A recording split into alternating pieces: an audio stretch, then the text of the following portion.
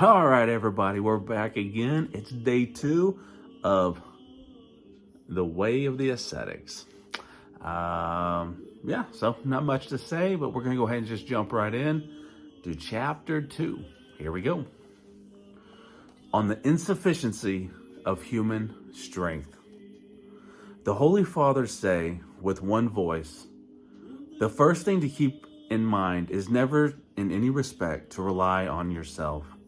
The warfare that now lies before you is extraordinarily hard, and your own human powers are altogether insufficient to carry it on.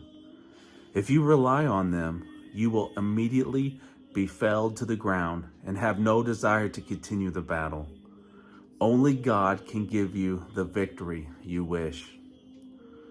This decision, not to rely on self, is for most people a severe obstacle at the very onset. It must be overcome.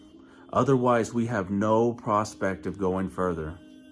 For how can a human being receive advice, instruction, and help if he believes that he knows and can do everything and needs no direction?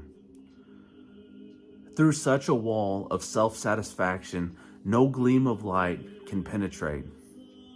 Woe unto them that are wise in their own eyes and prudent in their own sight, cries the prophet Isaiah. And the apostle Paul utters the warning, be not wise in your own conceits, Romans 12.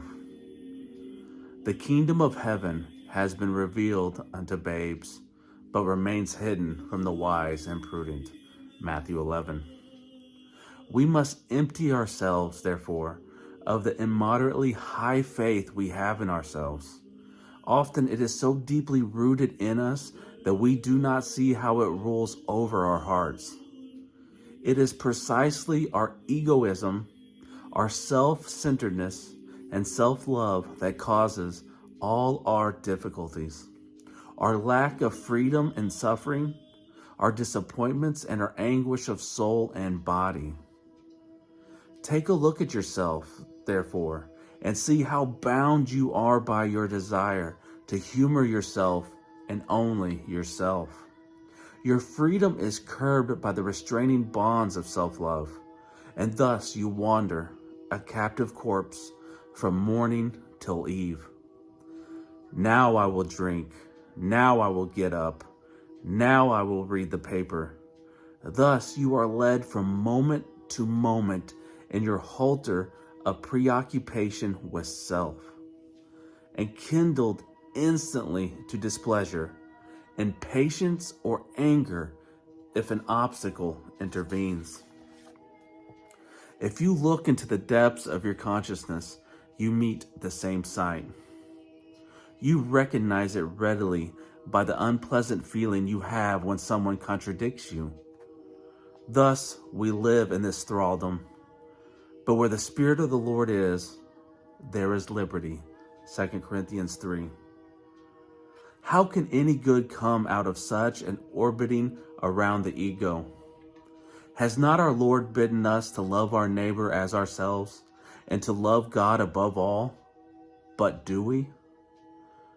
Are not our thoughts instead always occupied with our own welfare? No. Be convinced that nothing good comes from yourself. And should, by chance, an unselfish thought arise in you, you may be sure that it does not come from you, but is scooped up from the wellspring of goodness and bestowed upon you. It is a gift from the giver of life. Similarly, the power to put the good thought into practice is not your own, but is given you by the Holy Trinity. All right, guys, that's it. Chapter 2, The Way of the Ascetics. Have a good one. We'll see you tomorrow. Bye.